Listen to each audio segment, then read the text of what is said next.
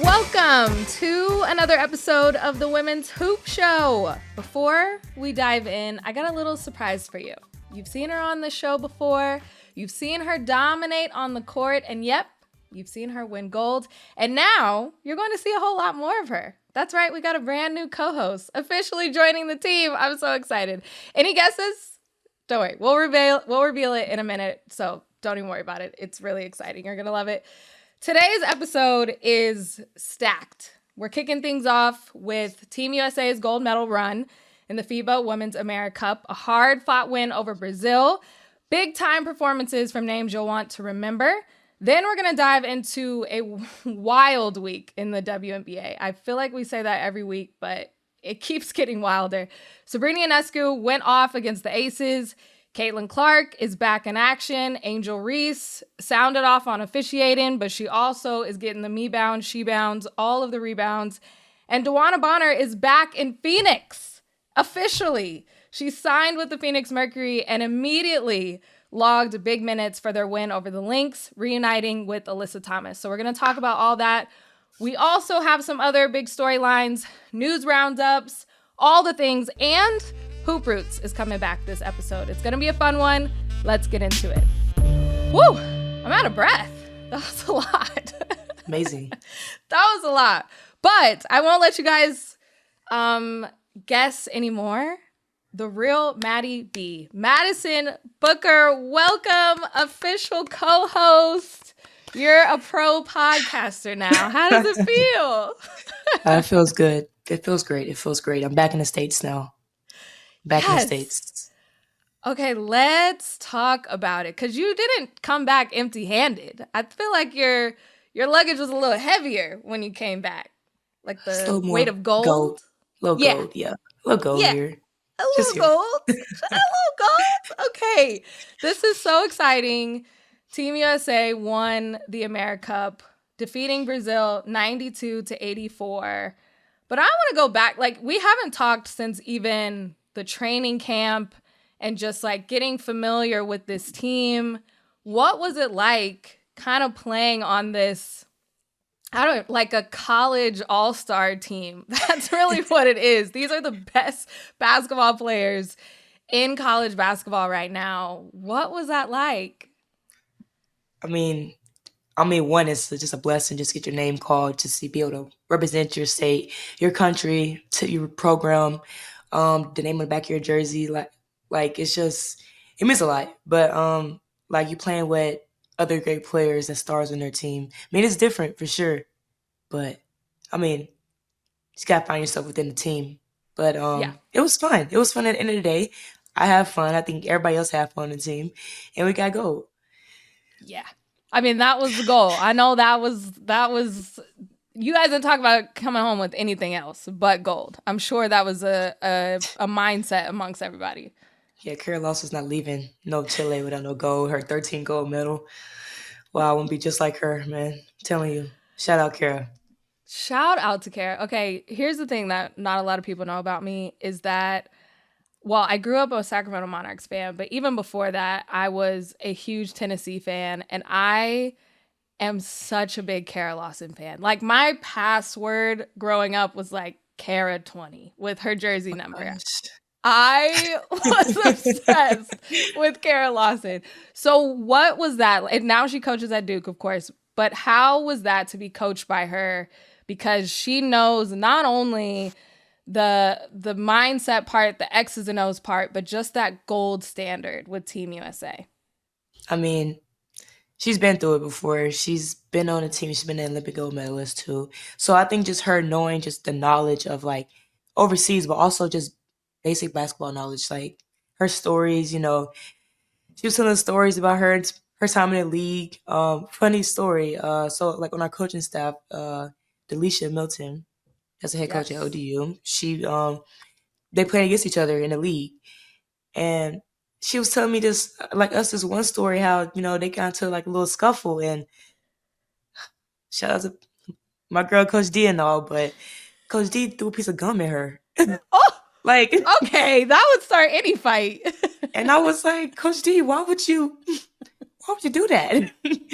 But, just like the stories, just from back, back before I was even watching WNBA really, but just her knowledge on the court too. I mean, like, it's stuff that you want to hear. It's like stuff that you want to experience. I'm happy I could experience that firsthand. Mm-hmm. What were some of those, I don't know, like pep talks, or I feel like we got some clips from the social media team of some of those, what the game plan was, what the game plan wasn't. Like she was saying, don't go one-on-one against 6'7", against Camila Cardoso in that Brazil game. But getting up for the gold medal game, I'm sure it didn't take a lot. But knowing that you guys have been handing L's to every other team by a lot coming into it. So how did Kara Lawson, how did the team kind of get together and say, all right, we got one more game. Let's finish this off? I think, also going to that game, playing Canada like the day before, I think when you go against these pro-like teams that's been together for a minute, been playing overseas for a minute, been playing against like these rules for a minute too, the speed, the pace, being physical in the game. I think it was more like we had to have some stuff to us, some junk to us a little bit. And I just think those like the last two matches, especially Brazil.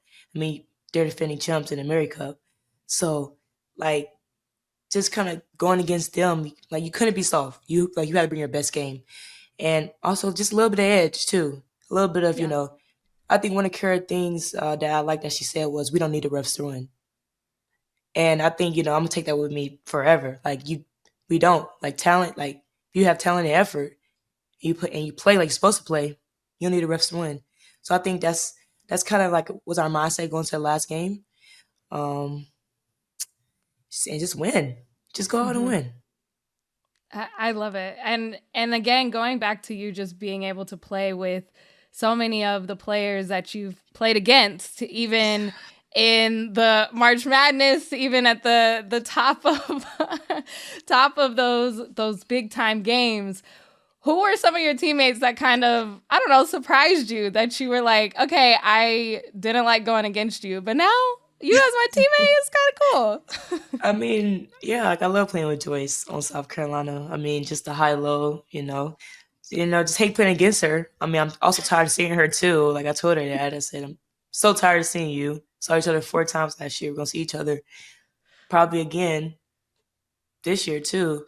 So that was fun. I think Hannah Stokey, I like playing with her from Iowa. Like I told her, I said, Yeah. I like playing with you a little bit. She be running the floor. I think Oh, Caitlin just put that in her mind to just sprint down and she'll literally be open. sprint. Then now you have Olivia Miles giving off those dishes. So Gobble girl for sure, man.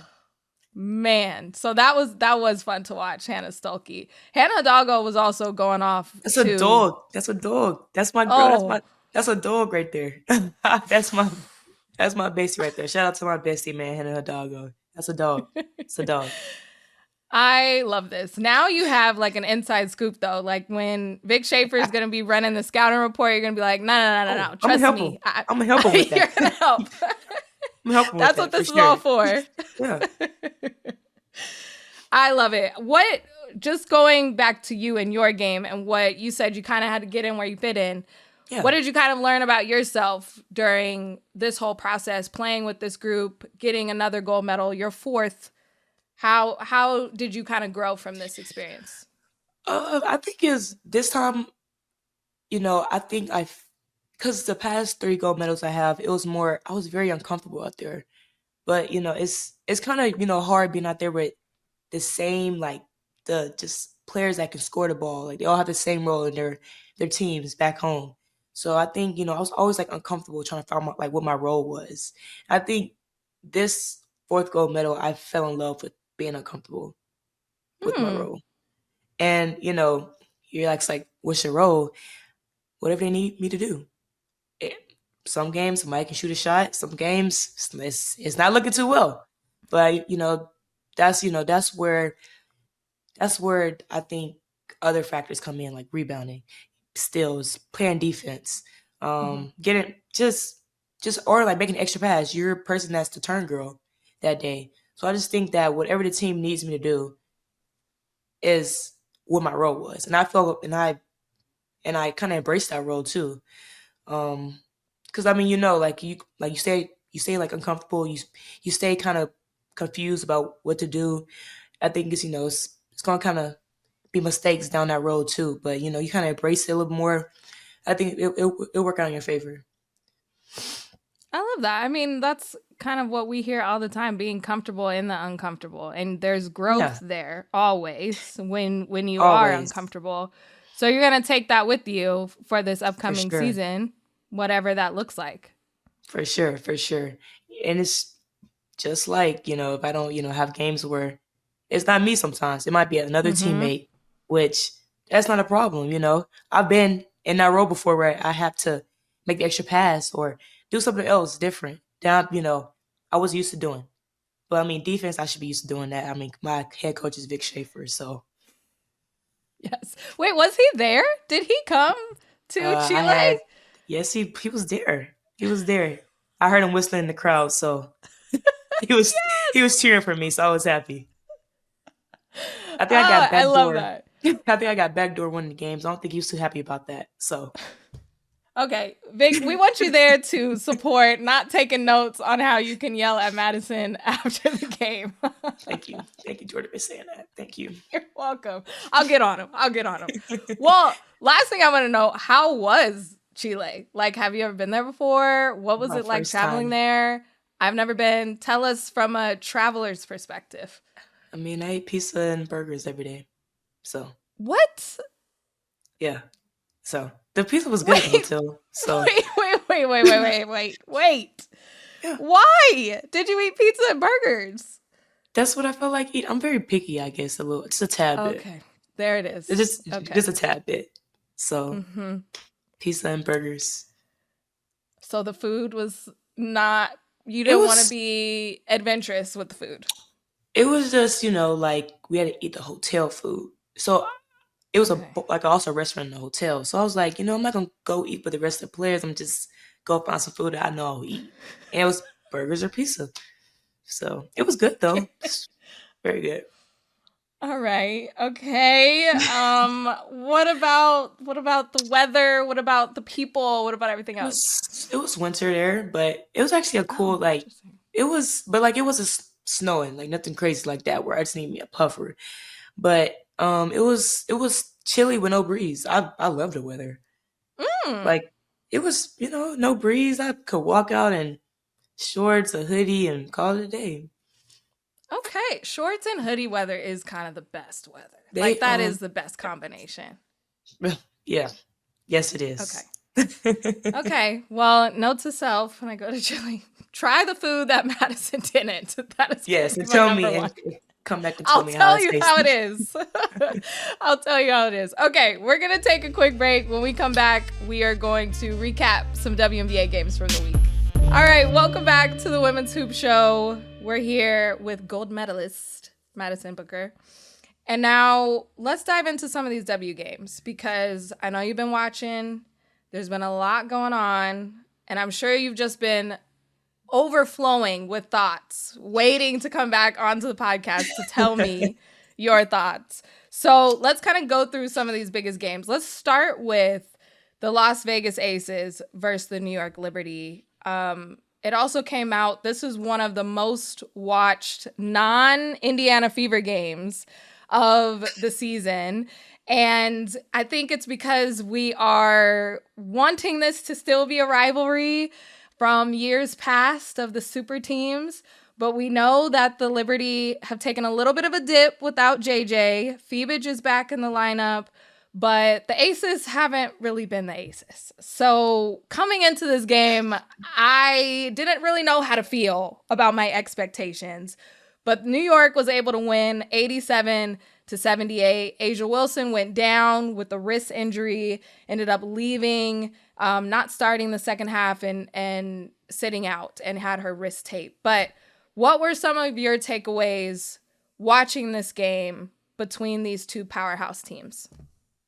It's Liberty defense stand out. It just stood out to me the entire game. I mean, talking about, I think they stills. They just, I think they had maybe 16 points. I I'm messing up there. But just defense, especially the third quarter, I think that's really what changed the game. Yeah. Just the intensity on that end. I'm talking about blocks and the passing lanes, out rebounding the aces also. Aces, man. What's going on? We talked about it. Cheryl and I talked about it last week. We don't know. Do you Oh, have the answer to what is going on there?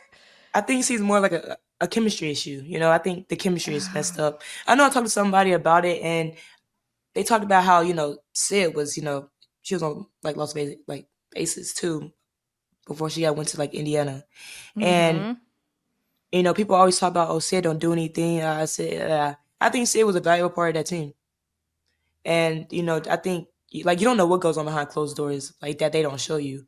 I mean, Sid could be the one that's like keeping the team together, having like the speeches in the locker rooms before the games, after the games. Like you don't know that. So and then also like they have a coaching staff, half of them left, and their head coaches now. So I mean, I think it's a lot of just the chemistry issues, just new people to the squad, new coaches to the squad. I just think it's more of a chemistry issue. Yeah, and it seems, I mean, they're trying to figure it out because they're in ninth place right now, and which is, if we would have said that at the beginning of the season, I would not have believed you. So you bring in someone like a Nalissa Smith, who is really great and can do a lot on the floor, but now that's somebody else that you have to bring and add new chemistry with. And like, as you're at a team, you're trying to figure it out. Okay, now we got to bring somebody else and change and tweak a little bit. So it just seems like they're in constant formation of trying to be the Aces that we know and love. And also like I've been thinking about the Aces too. Like you have these stacked teams in the league. Of course, you got the Lynx. Now we got Phoenix out there stacked, Liberty stacked. But if you look at those stacked teams, they're doing well. Like I would say, they're doing well, and they have players that have these certain roles on their team. Like we talk about like the USA team too. It's different people. They have different roles, and they have bucket getters on their team. Like anybody can get a bucket like on these teams, but like they know when to get a bucket. They know when to pass the ball, make extra pass. I think that's what the Aces' problem is. They have a lot of people who are scorers, and it's not a lot of sharing the rock a little There's bit. not Or a lot of scoring happening. There's a lot of scores. It's not that either, but it's a lot of scores and it's not a lot of this. So it's looking very wonky right now. But I think that's the issue. They have a lot of the same players. Like I think Jackie and Joel are the same player, the exact same player. Wait, tell me more. Tell me more. Why are they the same player? Play the same position, same wing, same shots. Like it's you can't play them at the same time. To me, you can't. You can't. I think that's. You see where I'm going with this? I see it. That was my deep sigh because it's been everyone's biggest puzzle that we're trying to figure out. And I think you make a great point because, and Cheryl and I talked about this on the last episode of shot selection and shot attempts. If Jackie Young is saying, okay, I am the number 2 option, like if she is making that herself and she's saying I'm the number 2 option, she's going to take these shots that Jewel probably would be taking if she was still on the Storm or if she was that number 1 option. So now you're down. Jewel Lloyd is like sitting at the 5 shot attempts a game. That's insane. That can't happen. Anything. Not scoring really a lot either.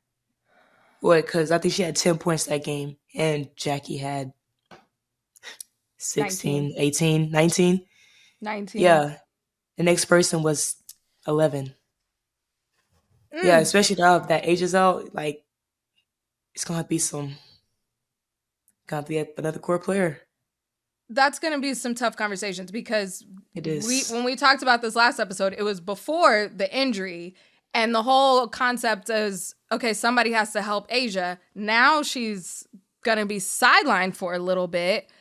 Where is the scoring going to come from, and we're waiting on these big games by even a Chelsea Gray. Like, we're waiting on these big games. But on the other side for the Liberty, Sabrina Ionescu's been in a little bit of a slump, and she went off. She had 28 points, 8 assists, 8 rebounds. Her passing that game One made was 3. whew. I was like, I know. it seemed like she woke up and was like, I am going to show off my passing today. Weren't they nice? They were beautiful passes. I would say that is the reason why they look so good on offense at that game. It was Sabrina. You know, she would draw to and make a great pass to the roller. Like, just little things like that, just like fundamental basketball. But, you know, I think she really had the offense moving. Like, I think that's the Aces' problem. Like, I look at their offense sometimes and it's like, it's stagnant. It's not moving. Very stagnant. As well. Very stagnant, yeah. And the defense is also an issue because Sabrina was cutting it up, like slicing it. Very much easily slicing. Let's put it out there. Easily slicing. Easily sliceable is their defense. Easily. For sure. The game was tied. They just kind of came back in the fourth quarter of 72, but then the Liberty just went on a 10-0 run with their crowd behind them to end up getting the win. They improved to 13-6 while the Aces dropped 19-10. We're recording this on Thursday, so the Aces have another game later tonight, but I'm sure that the Liberty, without Natasha Cloud also did not play this game. JJ did not play. They got Phoebage back, but it feels like, and Izzy Harrison is out with a knee injury. So we have seen at the beginning of the season how great New York can be when they are at full strength. They look untouchable, unstoppable. Tosh Cloud said earlier this week, everybody take a deep breath. Like, we're going to be fine. We're going to get it together, especially after some All-Star break. But are you worried about New York and how they've dropped some games? But this was kind of an emphatic win.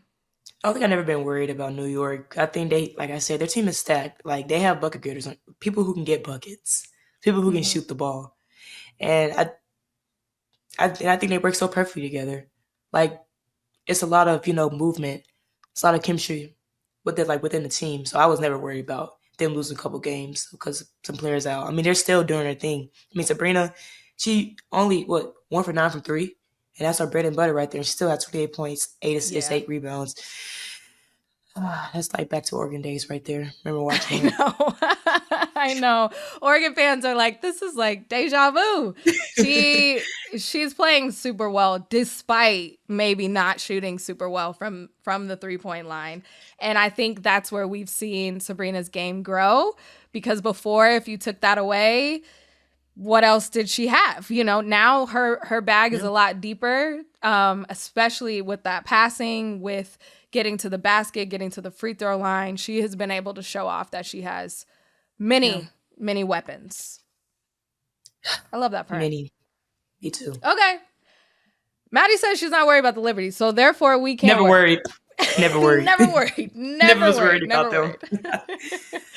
Okay, here's another team that I'm curious if you are worried about or not. Golden State Valkyries put on a show. They came into Indiana and beat them 80-61.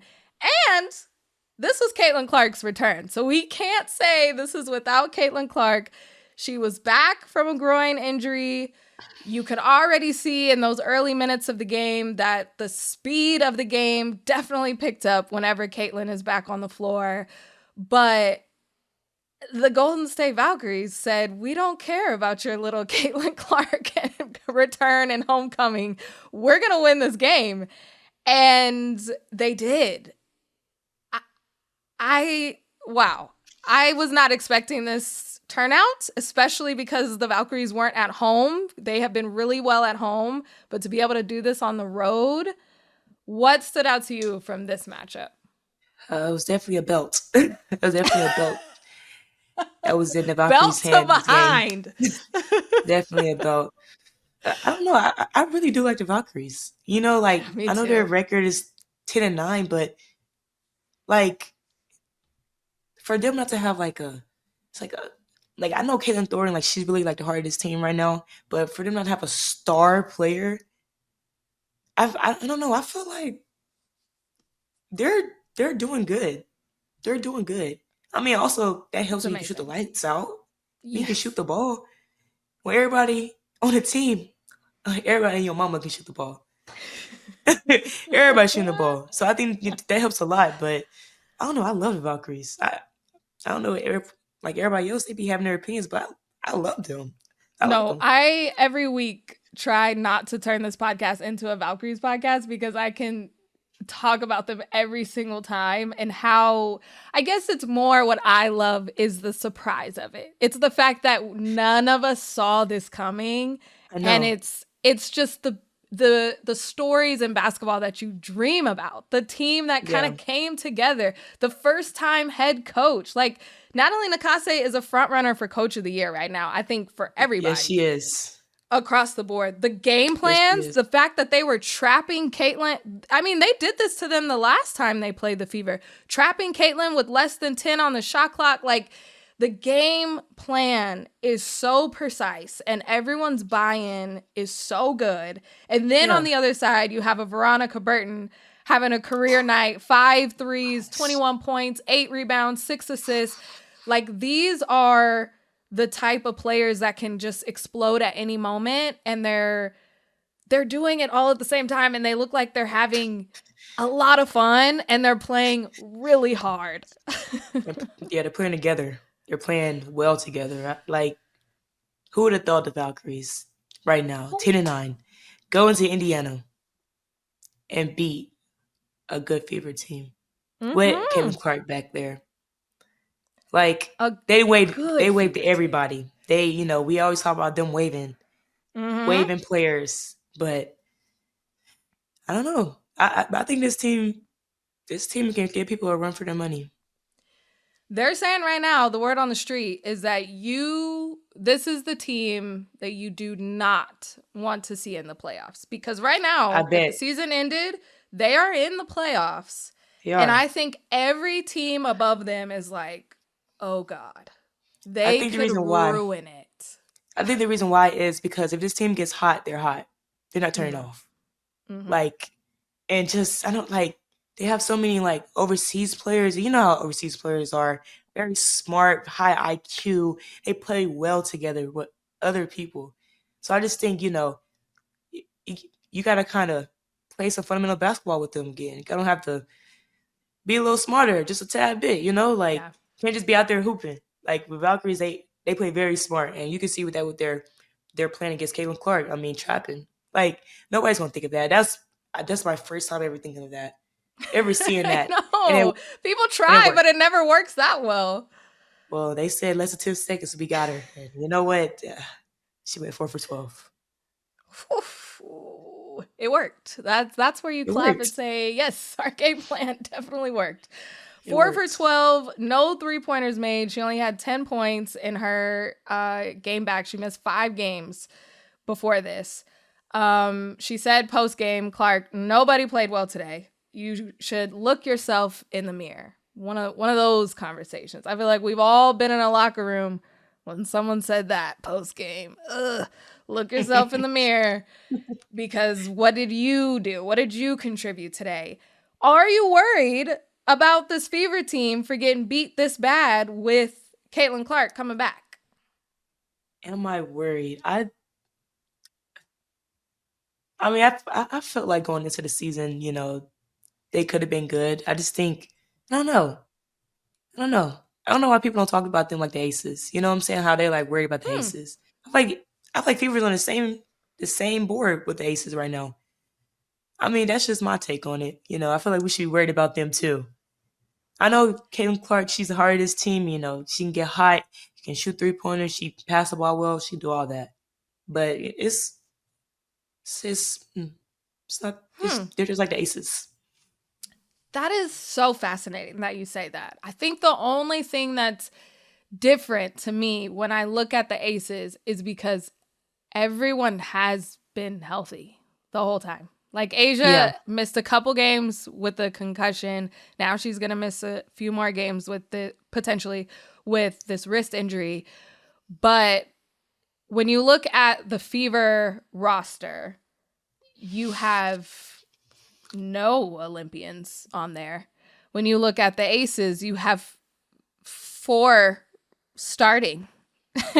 How do they have the same record? Like that, to me, that's, and then it comes into this conversation of like, if Caitlin Clark never missed a game, would their record still be this? We don't know. We don't. That's a little bit of where that difference is to me. But to your point, there is still something missing on both of these teams. And that's where they could be compared. Yeah. Definitely. I mean, I just feel like, I also feel like before this season, you know, when they got all their players, I feel like their team was, I was like, okay, Fever, like y'all might we were do all some there. trouble. Y'all might do some trouble. And it's just, I think it didn't live up to the hype. I don't know. I think it's just maybe just a few problems there, here and there. Like I said, we don't know the problems. Yeah, just a few. Just maybe a few problems. Tap it. One of those problems that we very much know is that Dawanna Bonner is not on that team anymore. She's out of there. She caught the first flight out. She's out of there. Out of there. And she caught the next flight to Phoenix. And when we heard the news this past week that she was going to officially sign with the Mercury, we weren't surprised because she said that she wanted to go there. It was more of just Phoenix trying to make it work. It did take longer than I thought it was going to take. They kind of had her on the shelf for a little bit there, but she's back. She signed, and then she played the very next day. And they win in a game against the number 1 team in the league, the Minnesota Lynx. They win 79-71. And Dawanna Bonner, it just feels right in the world to see her back in a Phoenix Mercury uniform. She played 10 seasons there, won 2 championships there. She was welcomed by the X Factor and everybody there with open arms to come back. I'm happy that she's happy. She looks happy. And you know who else was happy? Her fiance, Alyssa Thomas. AT was happy as fuck. Wow. She went off. Almost 30-piece. Almost 30-piece.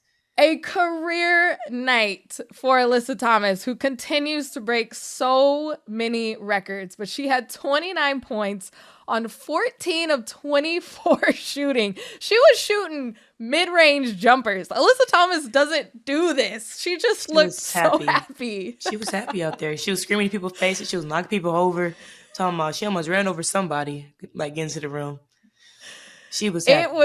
It was nice. It was nice to see. But also Dawanna Bonner just kind of, I think we were worried about the fit with this Phoenix Mercury team. From what I saw, it looked like it was a very smooth fit into what they were doing. I don't think she tried to do too much when she came back.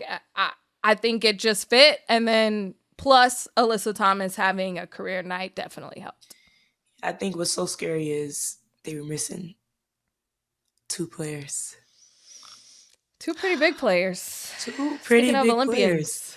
Kalia Copper, Satu Sabli. Yeah, you're right. Man, oh man. That's scary.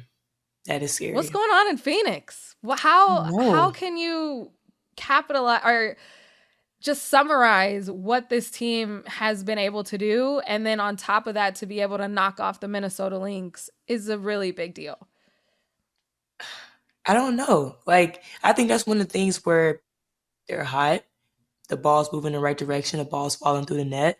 You know, like everything just feels right. You know, they have momentum right now, especially they just knocked off the number 1 team in the league right now.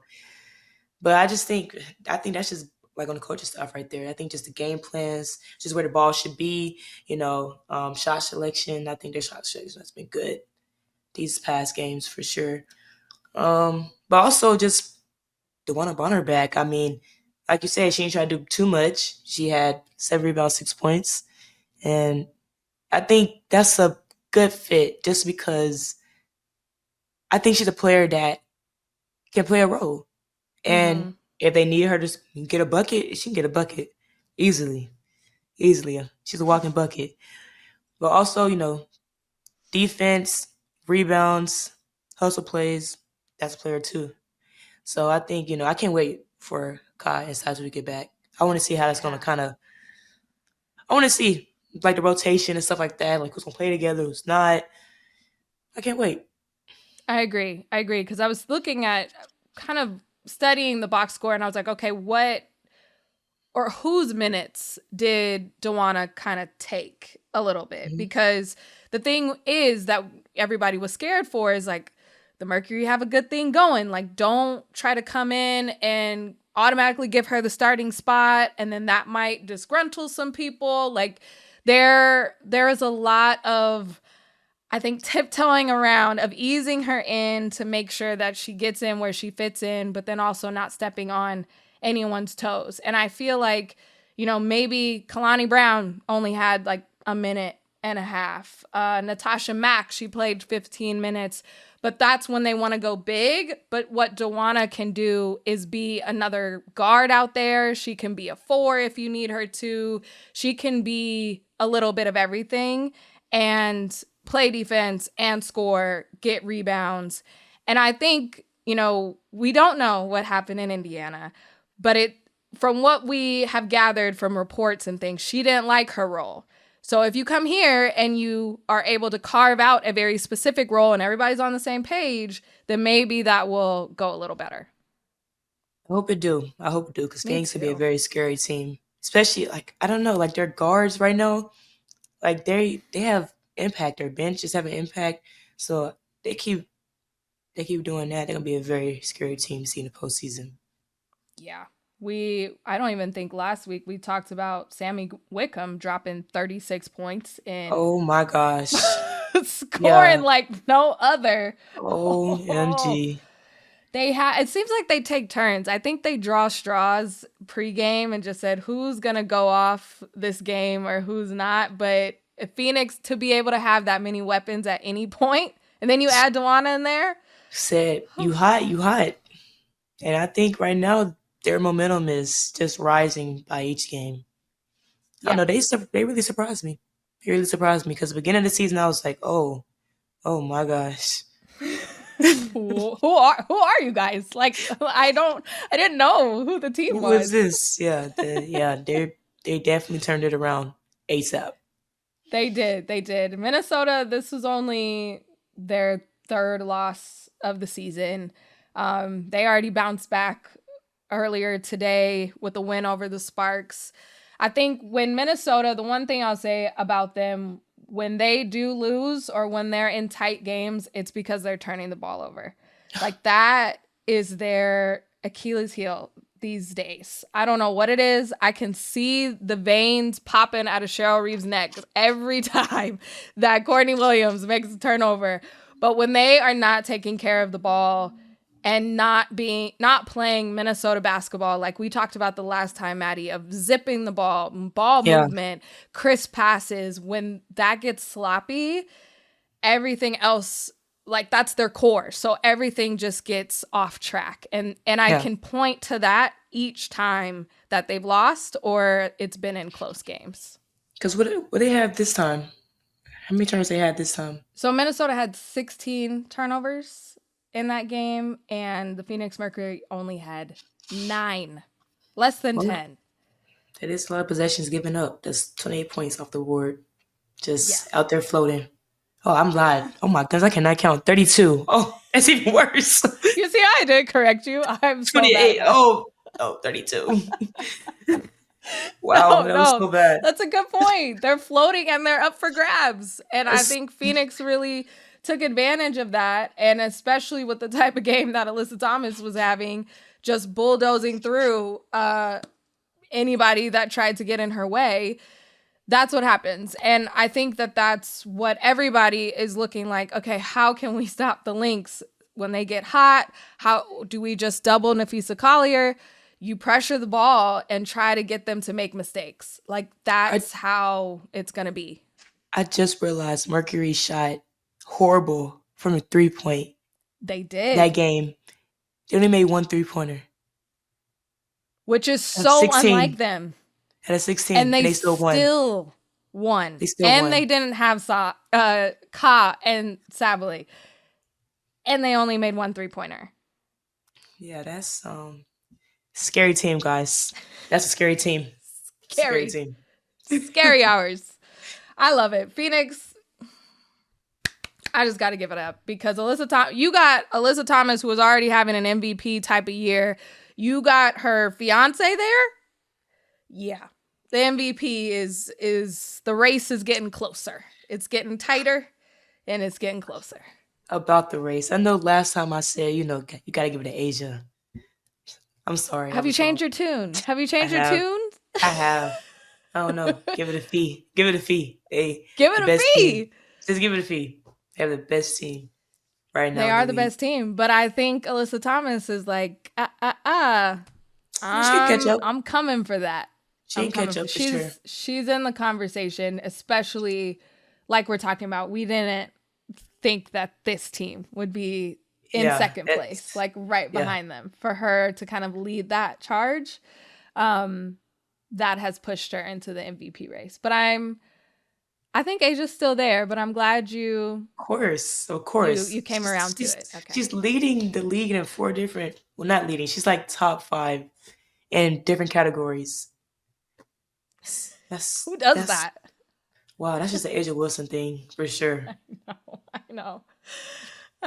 Okay, the last game that I wanted to kind of cover is Dallas and Chicago. Chicago got another win, as Angel Reese would say, dubs in the chat, 87-76.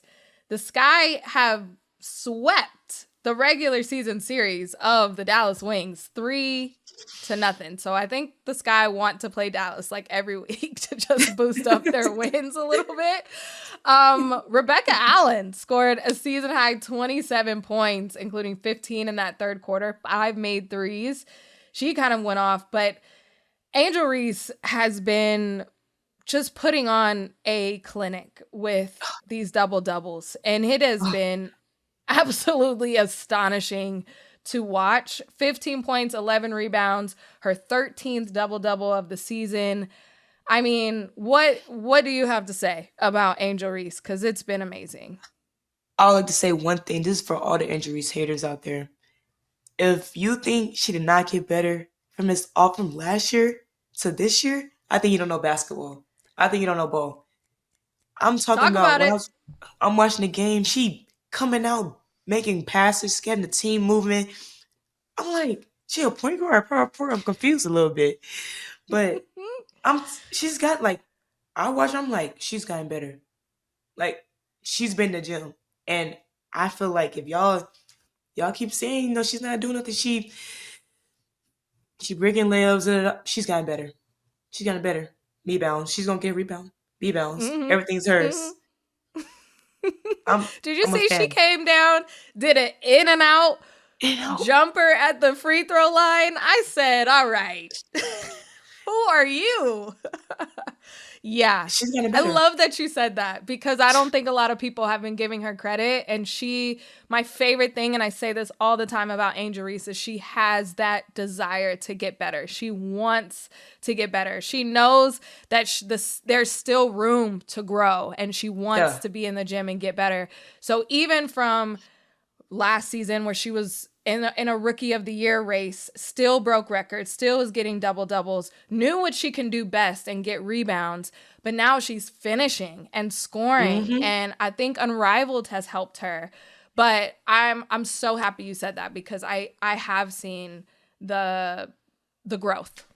Yeah, for sure. Just on both sides of the court. She's getting still, she's getting the passing lanes.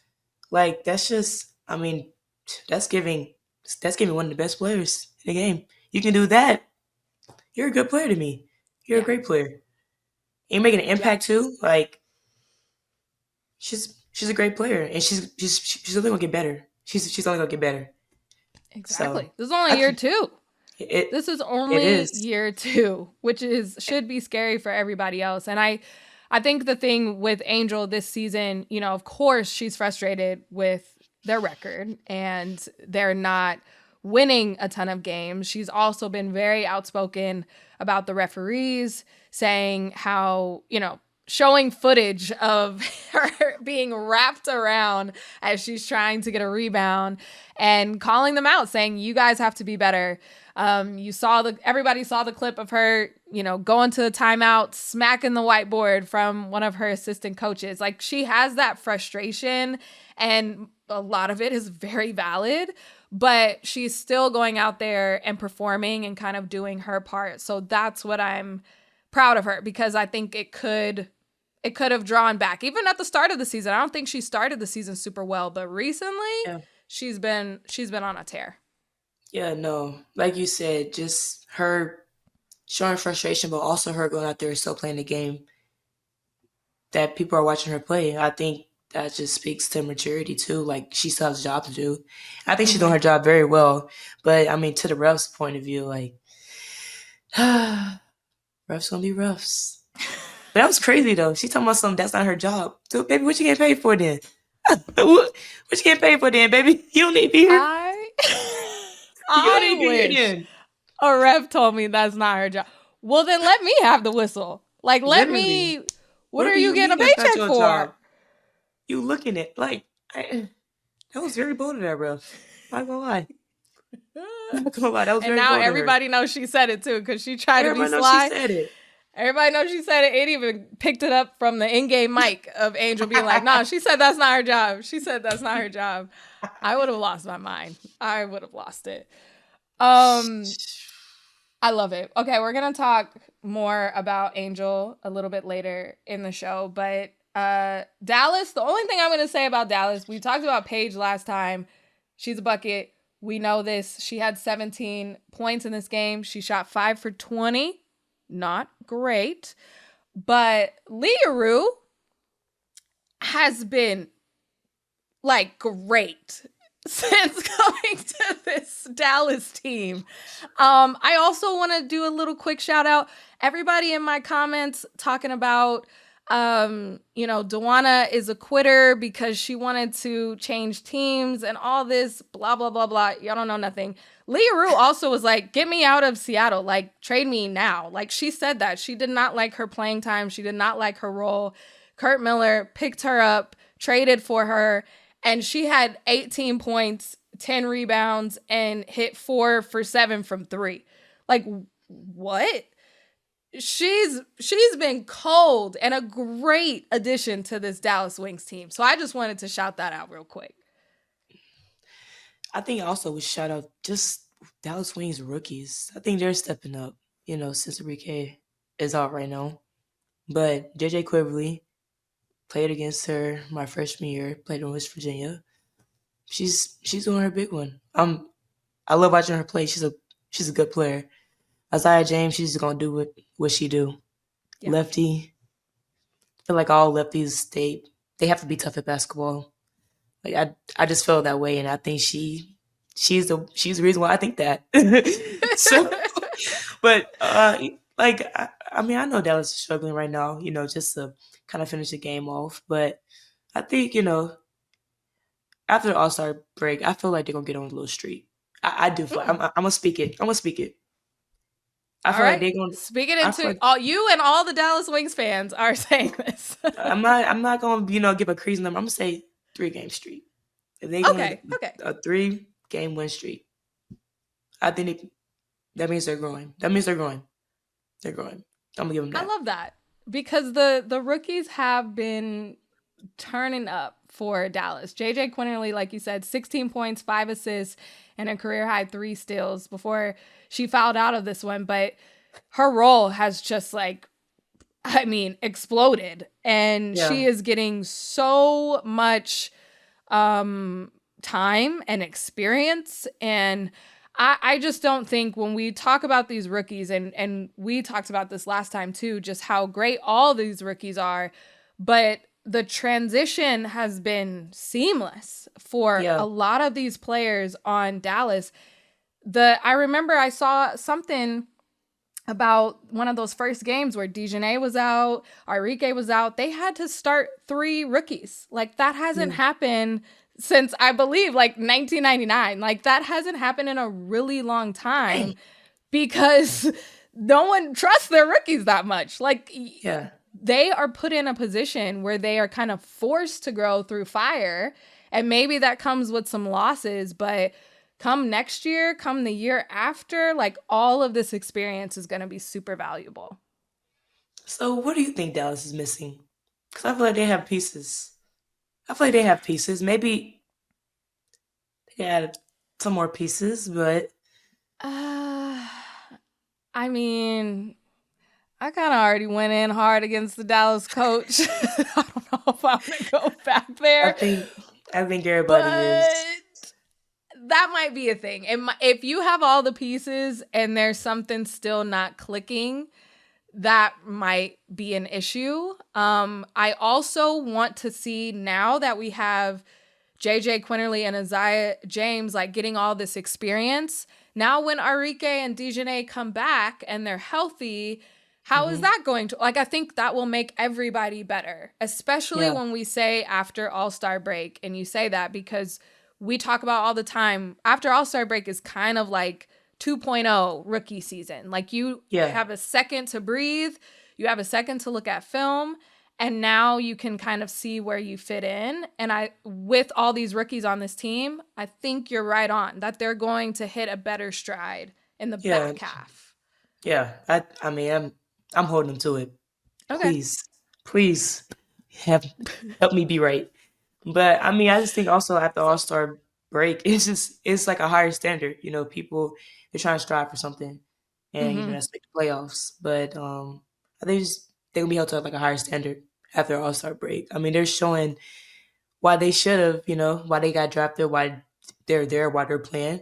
I think I think they're doing well. Like I mean, I'm not mad that I mean, I'm kind of am mad that Dallas is having like a losing record, but I'm not mad. I'm not mad because I'm honestly like I like watching them play, even though they're losing. But yeah.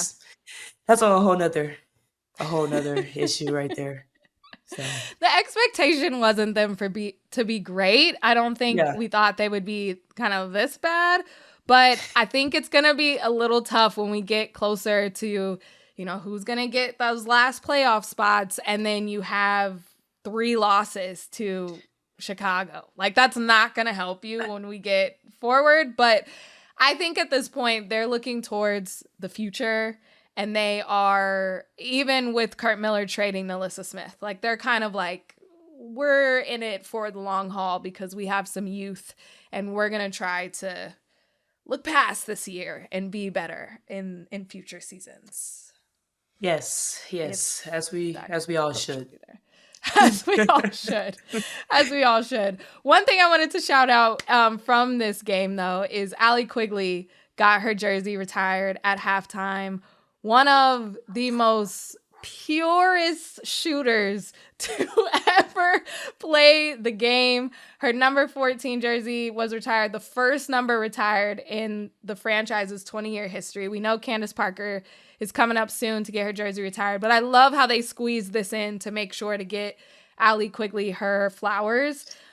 Quick things, 10 seasons with the Sky, 3-time All-Star, won 4 WNBA three-point contests, and she is a 2021 championship. I don't know, I feel like we need a petition or something to just name the three-point contest after Allie Quigley somehow, because I don't think anyone is going to win 4. Like she is that girl, and she is a shooter. So that was so cool. Kayla hasn't won in a lot? No, we don't know yet if she's gonna be in this All-Star 3-point shooter. She didn't do it last year. She didn't do it. She did not do it. Sabrina is. I feel like Sabrina has the form down. Like she is made for a 3-point contest. So I can see over time maybe Sabrina getting close. But no, Alicia Gray won it. Sabrina or Caitlin wasn't in it last year, but it's going to be in Indiana. I think Caitlin is going to do it this year. I hope. I hope she do it so I can watch them 3-point shots go in. I need to learn. I know. I hope so. But Allie Quigley, we love you. You're awesome. And I am so excited that her jersey is in the rafters, and Sloot was like, gave this really great speech about her wife, and I was crying, and it was amazing. I loved it. Are you emotional, Jordan? You're emotional? I cry every single day. Yes, I am very emotional. Allie, if you're watching this, I love watching you on Chicago Sky. Chicago Sky. I love watching you Chicago Sky. Just I loved it. Just one of the best shooters ever. Any kids out there that I want to learn how to shoot, watch Allie Quigley highlights. She kind of just pieced out. We didn't really get a farewell tour. We didn't know that she was going to be retiring, but when she was on the floor on the team, it was amazing. Let's take a quick break. When we come back, we're going to do hoop roots. Welcome back to the Women's Hoop Show. And we've been having so much fun.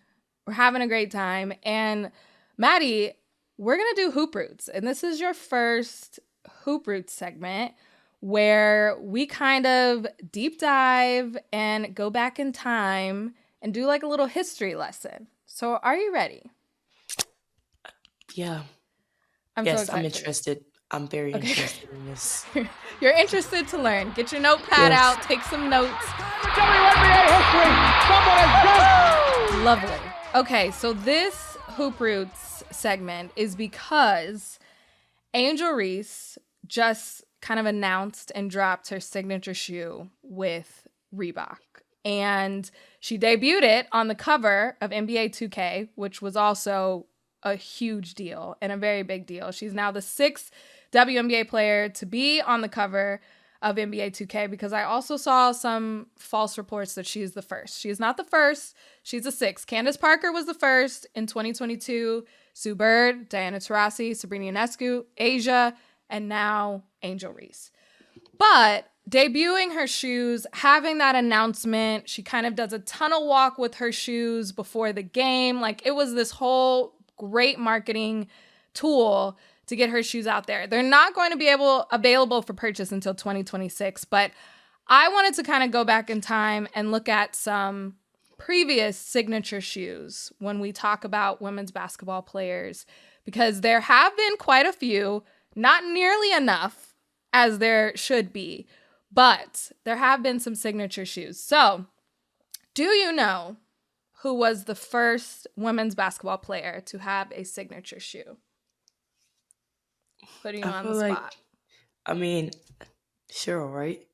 Yes, correct. Ding, ding, ding, ding. We would have to disown you and ban you from this podcast if you didn't know. But Cheryl Swoops is the first women's basketball player. In 1995 with Nike, the Air Swoops came out. She had 6 different iterations until 2002. But the Air Swoops 2 were kind of the most popular. They had the S lace, and it was iconic. If I can get my hands on those, I would love those. But that was kind of the first time that, Cheryl talks about it too, when they molded her foot. She felt like once people were able to put on her shoes, it was like they were walking in her footsteps. And 95, that was just not what brands or anybody was thinking to do, was to have a women's basketball shoe. So let's kind of go through the timeline. So Reebok was next. So Angel isn't even the first women's basketball player to have a signature shoe with Reebok. And that was Rebecca Lobo in 1997. Hey. The Lobo. Yes. So fresh off the Olympic gold medal with the 96 team and with the WNBA starting, she was playing for the New York Liberty. So they came out with the special like New York Knicks colorway of like orange and blue. They were kind of cool. They had like a little basketball that kind of pumped up. They were pretty cool. I like those. So those are good. Then 1999, Fila came with the Nikki Delta after the Olympian Nikki McCrae. Those were also Nikki McCrae had her own shoe? Yes, she did. So they were red, white, and blue because of the Olympics, but also because she played for the Mystics. So it was like, we're going to really buy into this red, white, and blue. So the Nikki Delta, also a really dope name. Nikki Delta is a great shoe name. Love that. So then that was in 1999. It wouldn't be until 2010 where there would be another shoe. Any guesses of who that would be? 2010. Think about who was rising up around that time. So my Joe's only 5 at this point. Dang it, I'm old. 2010. 2010, Tennessee. She gets drafted by the Sparks. T3. Exactly. Candace Parker, the Ace Commander, was released in 2010. This was Adidas' first shoe. And now we know that she has different iterations now, but she's like basically running women's basketball at Adidas now. So full circle, 2010. But it took a long time for there to be another women's basketball signature shoe. Then in 2022, so now we're 2010 to 2022, it was the Air Deladon. Elena Deladon had her Nike signature shoe, which was also really, really cool. Then it was Breanna Stewart with Puma, Sabrina Ionescu in 2023 with Nike, and of course, the A1, A'ja Wilson 2025. And then 2026 will be Angel Reese. I also believe that Caitlin is coming out with her own shoe in 2026. That's what the last we heard. But that's Hoop Roots. That was a little timeline of signature shoes. There's been some others, Lisa Leslie had her own with Nike, and Dawn Staley had one. Cynthia Cooper had an iteration with Nike. But I think we get a little murky when it's like a PE versus signature shoe, and we always get in that. But these were the big ones that were kind of tent poles and set the standard for an Angel Reese to even go to Reebok and say, this is what I want. And I want it to be shiny, and I want it to be cute and like me. And because of all these people that came before. Wow. Nikki Mercury had her own shoe. Man, shout out to a legend. Shout out to a legend, man.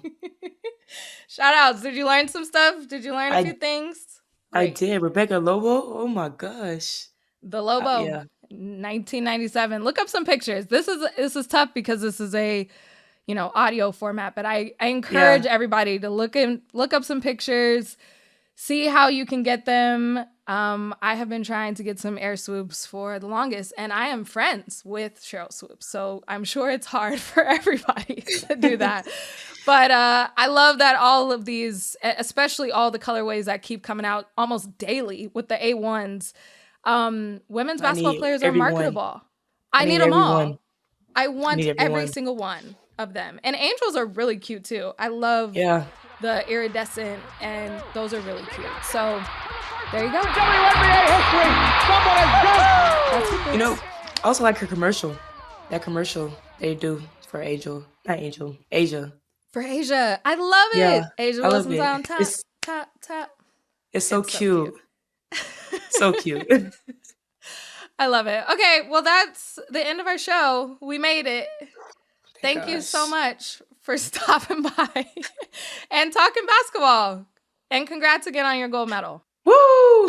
Gold medalist, full time. Thank you.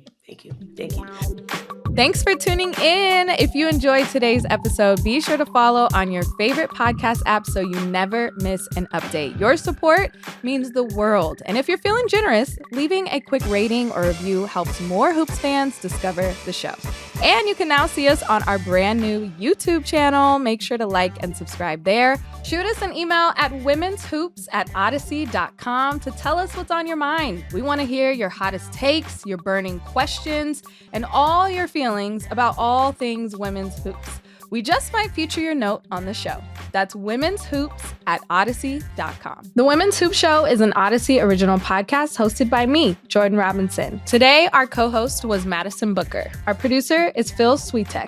Our video team is led by Kurt Courtney and includes Tim Meikle, Evan Cox, Allison Jeffrey, and Lauren Vieira. Our executive producers are Greg Holtzman, Asha Saluja, Danny Freisinger, Maddie Sprunkeiser, and Leah Reese-Dennis. And special thanks to Moira Curran and Josephina Francis.